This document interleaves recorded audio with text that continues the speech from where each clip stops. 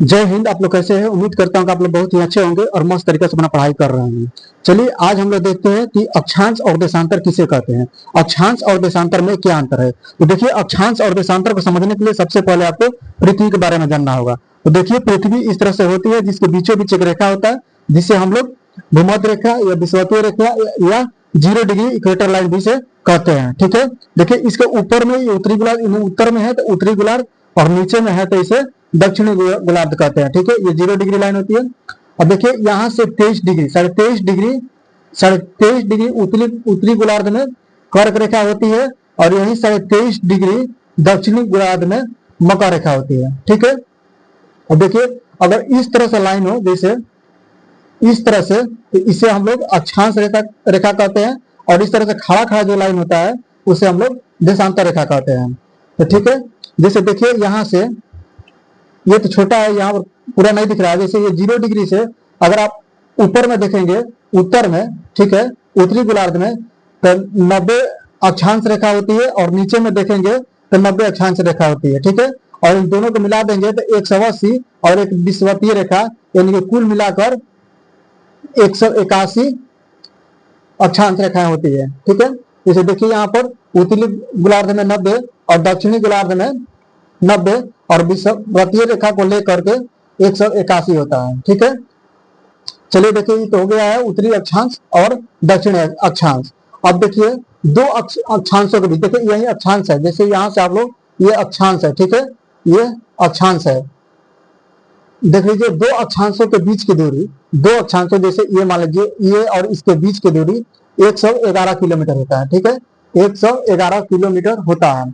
अब देखिए अगर आप ज्योग्राफी को अच्छे से पढ़ेंगे तो देखिए, जैसे आप लोग समझ लेंगे कि यहाँ पर देखिए, जैसे 21 जून को क्या होता है कि 21 जून को या भारत में सबसे बड़ा दिन होगा, यानी कि जो भी उत्तरी गोलार्ध में देश पड़ेगा, जैसे मान लीजिए कि ये 0 डिग्री लाइन हो गया, और 0 डिग्री लाइन से जो भी उत्तर में देश पड़ेगा, उत्तरी गोलार्ध में जो भी देश पड़ेगा, तो उनको 21 जून को सबसे बड़ा दिन होता है। और 21 मार्च और 23 सितंबर को पूरा पृथ्वी पर 21 मार्च और 23 सितंबर को 12 घंटे का दिन और 12 घंटे का रात होता है। ठीक है, और 22 दिसंबर को सबसे छोटा दिन होता है। 22 दिसंबर को सबसे छोटा दिन होता है किसके लिए? जो उत्तरी गोलार्ध में देश पड़ रहा है। लेकिन वहीं जब दक्षिणी गोलार्ध की बात करेंगे तो दक्षिणी गोलार्ध में सबसे बड़ा दिन 22 दिसंबर को होता है, और सबसे छोटा दिन 21 जून को होता है। तो अब देख लीजिए कि उत्तरी गोलार्ध में कौन कौन सा देश आते हैं और दक्षिणी गोलार्ध में कौन कौन सा देश आता है। जैसे में चाइना हो गया, रूस हो गया, भारत हो गया, म्यांमार हो गया, नेपाल हो गया, भूटान हो गया, ये सब जितना भी देश है सब उत्तरी गोलार्ध में आता है। और दक्षिणी गोलार्ध में देखेंगे तो ब्राजील हो जाएगा, ऑस्ट्रेलिया हो जाएगा, साउथ अफ्रीका हो जाएगा, ये सब जो देश है वो दक्षिणी गोलार्ध में आता है। ठीक है, अब देखिए ये हो गया कि दो अक्षांशों के बीच की दूरी कितना होता है? तो 112 किलोमीटर होता है, सॉरी 111 किलोमीटर होता है। ठीक है, अब देखिए यहाँ पर देखिए ये जो रेखा है कर्क रेखा, देखिए ये कर्क रेखा है और ये मकर रेखा है। ठीक है, ये कर्क रेखा और मकर रेखा, कर्क और मकर रेखा के बीच में ही सूर्य इतना दूर के बीच में चक्कर लगाते रहते हैं। ठीक है, इतना दूर के बीच में, यानी कि यहाँ से कर्क रेखा और मकर रेखा के बीच में जो भी देश पड़ेगा वहां के लोग काले होंगे। ठीक है, क्योंकि यहाँ पर सूर्य का प्रकाश हमेशा पड़ता है। ठीक है, और जो विषुवत रेखा पर स्थित जो देश होगा वहां के लोग बिल्कुल काले होंगे। जैसे देख लीजिए विषुवत रेखा पर कौन कौन सा देश स्थित है। देख लीजिए यहाँ पर विषुवत रेखा पर जैसे ब्राजील हो गया, ब्राजील के लोग काले होते हैं। ठीक है, कांगो हो गया, युगांडा हो गया, ठीक है, किरिबाती हो गया, और सारा देश है कि जो विषुवत रेखा पर स्थित है।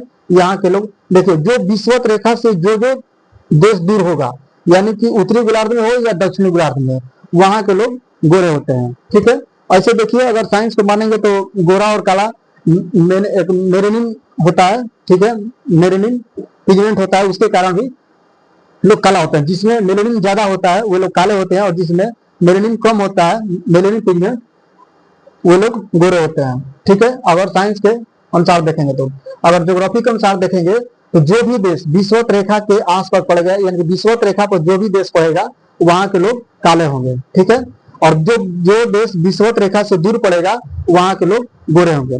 तो देख लेते हैं आप, जिसे देखिए ये कर्क रेखा, जैसे हम लोग के भारत से कर्क रेखा होकर गुजरती है, ठीक है। तो अब देख लीजिए कि कर्क रेखा पर कौन कौन से देश आते हैं, जैसे मैक्सिको आ गया, बहामास आ गया, मिस्र आ गया, भारत आ गया, सऊदी अरब। देखिए जैसे कि आप लोग देखते रहते हैं, जैसे आप लोग हमेशा सुनते हैं कि यहाँ पर दिन, जैसे भारत में दिन और जैसे अमेरिका में रात हो गया या साउथ अफ्रीका में रात है, तो कितना घंटा का अंतर होता है।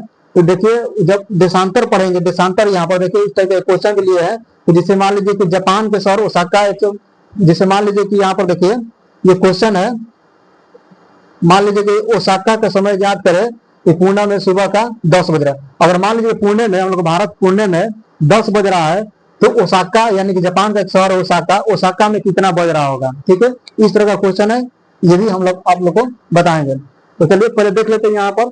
तो देखिए यहाँ पर कर्क रेखा, कर्क रेखा पर कौन कौन से देश, जैसे मैक्सिको हो गया, बहामास हो गया, ठीक है, मिस्र हो गया। चलिए देख लीजिए, मिस्र की राजधानी काहिरा, भारत हो गया, सऊदी अरब हो गया, ठीक है, सऊदी अरब का राजधानी दुबई हो गया, भारत का दिल्ली, बांग्लादेश के ढाका, इसका मुद्रा टाका हो गया, म्यांमार का निगुटरम राजधानी भी हो गया, राजधानी भी देखते चलिए, ठीक है, चाइना हो गया, और भी यहाँ पर देश है, ठीक है। तो देखिए कर्क रेखा पर स्थित ये सब देश है, और विषुवत रेखा पर स्थित ये सब देश है, और मकर रेखा पर स्थित देख लीजिए, मकर रेखा पर चिली हो गया, ब्राजील हो गया, नामीबिया हो गया। देखिए ब्राजील एक ऐसा देश है कि जो ब्राजील जो है ये विषुवत रेखा पर भी और मकर रेखा पर भी पड़ता है। ब्राजील, ब्राजील को अगर मैप में देखेंगे तो ये विषुवत रेखा पर भी और मकर रेखा पर भी पड़ता है, ठीक है। ऑस्ट्रेलिया हो गया, साउथ अफ्रीका हो गया, ये सब मकर रेखा पर स्थित देश है, ठीक है। तो चलिए हम लोग जैसे कि अक्षांश को देख लिए, अब चलिए हम लोग देशांतर को देखते हैं। देशांतर किसको कहते हैं, जैसे आप लोगों को शुरू में ही बताया, जैसे मान लीजिए कि पृथ्वी है, अगर इस तरह से जो भी रेखा है, जैसे मान लीजिए कि 0 डिग्री इक्वेटर हो गया, और 0 डिग्री के बाद जो भी यहाँ से, जैसे मान लीजिए कि इस तरह से जो रेखा हो गया, इसे हम लोग अक्षांश कहते हैं, ठीक है। इसको हम क्या कहते हैं, अक्षांश कहते हैं। और ये जो खड़ा खड़ा सीधा सीधा हो जाएगा, इसको हम लोग देशांतर कहते हैं, इसको हम लोग देशांतर कहते हैं, ठीक है। इस तरह से रहेगा देशांतर, ठीक है, इस तरह से देशांतर हो, ठीक है, इसको हम लोग देशांतर रेखा कहते हैं। अगर आप ग्लोब देखे होंगे तो उसमें इस तरह का लाइन आप लोग देखे होंगे। तो देख लीजिए देशांतर रेखा किसे कहते हैं, तो देख लीजिए यहाँ पर देशांतर रेखा इसी तरह का होता है, जिसे देशांतर रेखा, ठीक है। अगर टोटल देशांतर रेखा की बात किया जाए तो 360 होते हैं, कितना, 360, टोटल कितना, 360 होते हैं।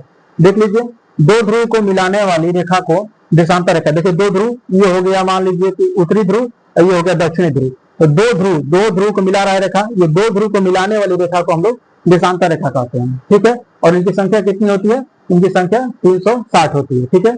विषुवत रेखा पर एक डिग्री देशांतर की दूरी, देखिए अब यहाँ पर विषुवत रेखा पर 1 डिग्री देशांतर, यानी कि 1 डिग्री, देखिए बीच में 1 डिग्री होता है, इनकी 1 डिग्री देशांतर की दूरी कितनी होती है, तो 111.32 किलोमीटर। और इनका देखेंगे दो रेखाओं के बीच, दो अक्षांशों के बीच की दूरी कितना होता है, तो 111 किलोमीटर, और 1 डिग्री देशांतर रेखाओं के बीच की दूरी देखेंगे तो 111.32 किलोमीटर होता है, ठीक है।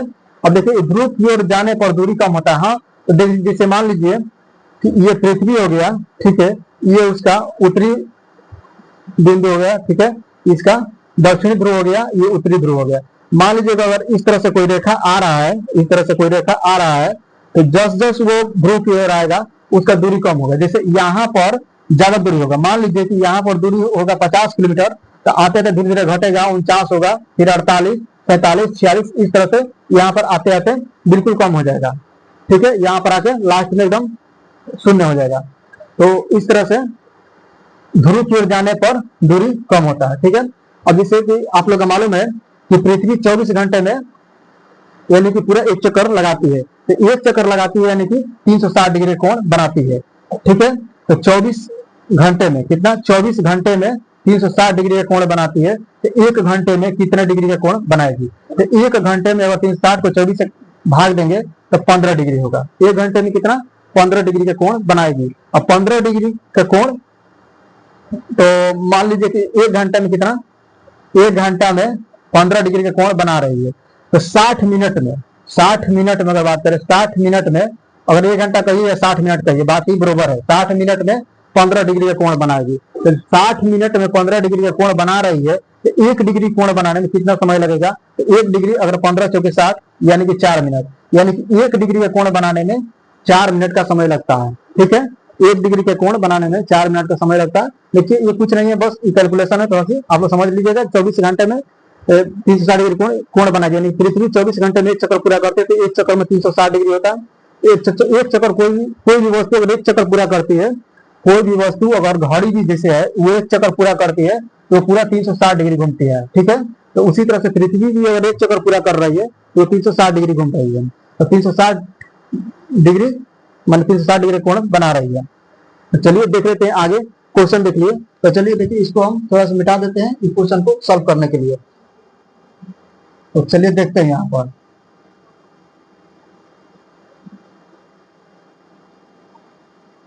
देखिए क्वेश्चन क्या कर रहा है। देखिए क्वेश्चन सॉल्व करने से पहले आपको थोड़ा सा मालूम होना चाहिए। देखिए पहले क्वेश्चन अगर पढ़ते हैं तो क्वेश्चन का क्या रहा है। क्वेश्चन कह रहा है कि जापान का शहर ओसाका, जापान में एक शहर है ओसाका जो 135 डिग्री पूर्वी देशांतर पर है। ठीक है, 135 डिग्री पूर्वी देशांतर पर है, जबकि पुणे इसको, ठीक है, पुणे कहाँ है, भारत में है, पुणे भारत में है। ठीक है, 15 डिग्री पूर्वी देशांतर है। ठीक है, 15 डिग्री पूर्वी देशांतर है।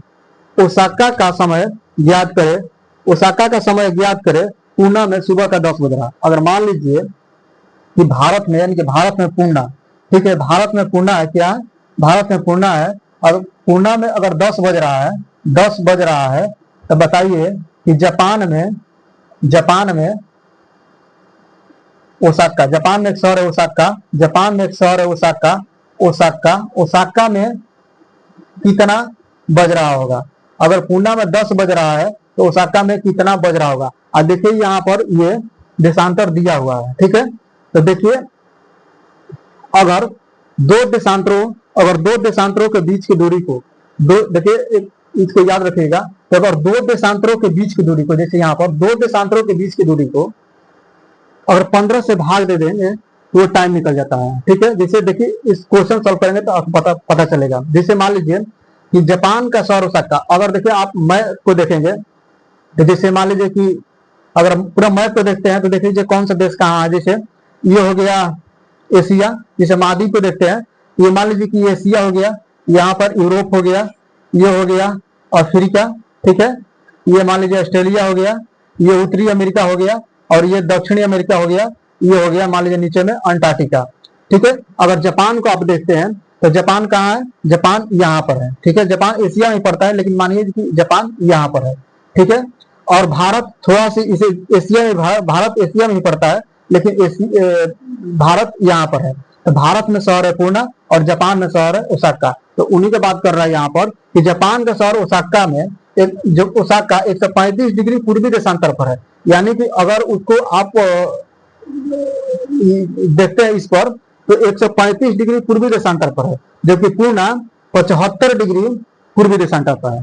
ठीक है, अगर ओसाका कितना पर है, ओसाका है 135 डिग्री पूर्वी देशांतर पर, और यही जो पूर्णा है वो 75 डिग्री पूर्वी देशांतर पर है। ठीक है, तो इन दोनों का बीच का अंतर देखेंगे, इन दोनों का बीच का अंतर, तो इन दोनों का बीच का अंतर देखेंगे कि 0 यानी 6, कितना हो गया 7, 7 को अगर 15 से भागा देंगे तो 15 चौके 60, यानी कि 4 घंटा आगे होगा। क्या होगा, 4 घंटा आगे। देखिए अब क्या कह रहा है यहाँ पर, समझिए कि ओसाका का समय ज्ञात करे, यदि पूर्णा में सुबह का 10 बज रहा है, मान लीजिए कि ये पूर्णा हो गया, ये पूर्णा में सुबह में क्या बज रहा है, 10 बज रहा है। ठीक है, 4 घंटा का अंतर आएगा। ठीक है, 4 घंटा का अंतर आएगा। अंतर अगर टाइम निकालना है तो इसका यही है कि दो देशांतरों के बीच के दूरी को 15 से भाग दे दीजिए, और जो भी टाइम आएगा वही उन दोनों के बीच का अंतर होगा। ठीक है, तो देखिए अगर मान लीजिए कि पूर्णा में 10 बज रहा है, अगर पूर्णा में कह रहा है कि पूर्णा में 10 बज रहा है तो ओसाका में क्या समय होगा, ओसाका में क्या समय होगा। तो देखिए यहां से अगर देखते हैं हम तो जापान हम लोग का भारत से पूर्व में पड़ता है। क्या पड़ता है, जापान हम लोग के भारत से पूर्व में पड़ता है, यानी कि पूर्व में सूर्य, जैसे आप लोग भारत का मैप देखेंगे पूरा, जैसे मान लीजिए कि भारत का अगर मैप देखते हैं, चलिए ठीक है, देखिए इस तरह से अगर आप भारत का मैप देखेंगे तो ये हो गया पूरब, ये हो जाएगा पश्चिम, ये हो जाएगा उत्तर, देखिए यहाँ पर ये होगा दक्षिण। तो देखिए सूर्य भगवान इधर से निकलते हैं, ठीक है, सूर्य उदय इधर से होता है। तो अब सूर्य का प्रकाश सबसे पहले अरुणाचल प्रदेश में आता है। आप लोग देखेंगे कि सूर्य का प्रकाश सबसे पहले अरुणाचल प्रदेश में आता है, और ठीक है, उसके बाद धीरे धीरे धीरे धीरे इस तरह से प्रकाश निकल जाता है। तो आप लोग अगर देखेंगे तो यहाँ पर इधर अरुणाचल प्रदेश में जल्दी अंधेरा थोड़ा सा हो जाता है, और इधर जाएंगे राजस्थान तरफ तो इधर अंधेरा थोड़ा सा रहेगा, मतलब शाम हो जाएगा, तो इधर अभी उतना शाम, इधर थोड़ा सी धूप रहेगा, ठीक है।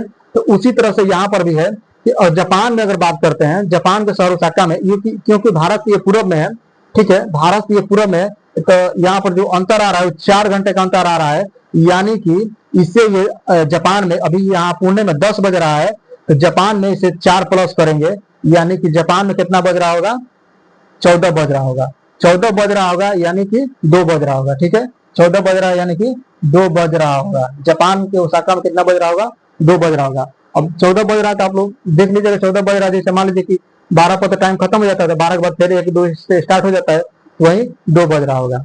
चलिए, आशा करता हूँ कि आप लोग को समझ में आया होगा। चलिए अब नेक्स्ट देख लेते हैं, नेक्स्ट देखते हैं। तो देखिए नेक्स्ट क्वेश्चन क्या कह रहा है। नेक्स्ट क्वेश्चन को हम देखते हैं। तो देखिए, मिस्र की राजधानी, पढ़िए बढ़िया से इसको, मिस्र की राजधानी काहिरा 30 डिग्री पूर्वी देशांतर पर, जबकि गिनी 15 डिग्री पश्चिमी देशांतर पर है, ठीक है। तो गिनी का समय ज्ञात करें, यदि काहिरा में दोपहर का 2 बज रहा है। अब तो आपको देखना पड़ेगा कि काहिरा कहाँ है और गिनी कहाँ है। अगर आप वर्ल्ड मैप को देखेंगे तो देखिए ये दोनों अफ्रीका में ही पड़ता है, ये दोनों जो देश है वो अफ्रीका में ही पड़ता है, लेकिन गिनी पड़ता है पश्चिम में, और काहिरा मिस्र की राजधानी है, और ये इससे पड़ता है पूरब में, यानी कि जो गिनी का टाइम होगा वो काहिरा के टाइम से पीछे होगा।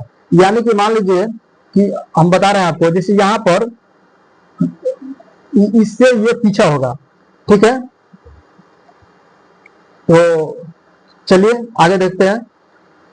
देखिए क्वेश्चन क्या कह रहा है कि जैसे मान लीजिए कि मिस्र की राजधानी काहिरा 30 डिग्री पूर्वी देशांतर पर, जबकि गिनी 15 डिग्री पश्चिमी देशांतर पर। तो देखिए इन दोनों के बीच का अंतर को देखेंगे। तो देखिए यहाँ पर कह रहा है कि 30 डिग्री पूर्वी देशांतर, और यहाँ पर कह रहा है कि 15 डिग्री पश्चिमी देशांतर, यानी कि पूर्वी देशांतर और पश्चिमी देशांतर की बात कर रहा है। तो यहाँ पर अंतर अगर हम निकालते हैं कि 30 डिग्री पूर्वी देशांतर, ठीक है, पूर्वी देशांतर, अब 15 डिग्री पश्चिमी देशांतर, तो यहाँ पर अंतर नहीं होगा। यहाँ पर देखिए क्यों अंतर हुआ, क्योंकि यहाँ पर भी पूर्वी देशांतर कहा था और यहाँ पर भी पूर्वी देशांतर ही कहा था, इसलिए दोनों में अंतर हुआ था। यहाँ पर देखिए एक जगह कह रहा है पूर्वी देशांतर और एक जगह कह रहा है पश्चिमी देशांतर, तो दोनों अपोजिट हो गया। तो अपोजिट जब हो गया तो आप जानते हैं कि प्लस माइनस क्या होता है, ठीक है। आप अपोजिट क्या होता है, अपोजिट जिसे जुड़ जाता है, सॉरी अपोजिट यहाँ पर जुड़ जाता है। तो 15 और 30 कितना हो जाएगा, 15 और 30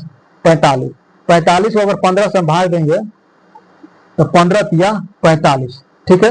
यानी कि इसे ये पता चल गया कि गिनी का जो समय होगा वो इससे 3 घंटा पीछे होगा, और जो इसका मिस्र काहिरा का जो समय होगा उसे 3 घंटा आगे होगा। तो अब देख लेंगे क्या पूछ रहा है, क्या रहा है, यहाँ पर कह रहा है कि गिनी का समय ज्ञात करना है, यानी गिनी का समय ज्ञात करना है, यानी कि 3 घंटा इसे पीछे ज्ञात करना है। जैसे मान लीजिए कि यहाँ पर हम आपको बता रहे हैं, जैसे यहाँ पर 10 बज रहा होगा तो 3 घंटा पीछे, यानी कि यहाँ पर 7 बज रहा होगा, ठीक है। जैसे मान लेते हैं कि यहाँ पर 12 बज रहा होगा तो 3 घंटा पीछे, यानी 12 में से 3 घटाएंगे, यहाँ पर 9 बज रहा होगा, ठीक है। इस तरह से तो देखिए अब देख लेंगे यहाँ पर 3 घंटा का अंतर आया है, 3 घंटा का अंतर आया है। तो गिनी का समय ज्ञात करना है, यानी कि गिनी कहाँ पश्चिम में है और मिस्र यानी काहिरा इसका पूरब में है। तो पूरब में है काहिरा, तो यहाँ पर पहले जल्दी सुबह हो जाएगा, ठीक है। तो देखते हैं गिनी का समय ज्ञात करें यदि काहिरा में दोपहर का 2 बज रहा है। यहाँ पर अगर 2 बज रहा है तो 2 बज रहा है, तो यहाँ पर हम घटा देंगे, यानी कि 2 बज रहा मान लेंगे 14 हो गया, 2 का 14, यहाँ पर 3 घटा देंगे तो कितना होगा 11, यानी कि गिनी में कितना बज रहा है, 11 बज रहा है। यही पूछ रहा है कि गिनी का समय ज्ञात करे, तो गिनी का समय 11 बज रहा है, ठीक है। इस तरह से अगर क्वेश्चन आता है तो आप लोग, उम्मीद करता हूँ कि आप लोग सॉल्व कर पाएंगे। देखिए इसमें कुछ नहीं करना होता, बस आपको देखना रहता है कि पूर्वी देशांतर, अगर पूर्वी पूर्वी देशांतर कह रहा है तो आपको घटा देना है, और यहाँ पर अगर पूर्वी या पश्चिमी देशांतर कह दिया तो आपको जोड़ देना है। अगर पश्चिमी पश्चिमी देशांतर कह रहा है तो फिर भी आपको घटा देना। अगर सेम सेम कह रहा है तो आपको घटाना है, और अपोजिट कह रहा है तो आपको जोड़ के 15 से भाग दे देना है, और वही टाइम का अंतर आएगा। फिर उसके बाद आपको मैप का आइडिया होना चाहिए कि कौन सा देश कहाँ है। उसके बाद उसके अनुसार अगर पश्चिम में देश है तो उसे जितना आएगा उसे घटा देंगे, अगर वो पूर्व में देश होगा तो जितना आएगा उसमें जोड़ देंगे। चलिए, उम्मीद करता हूँ कि आप लोग समझ रहे होंगे। Thank you.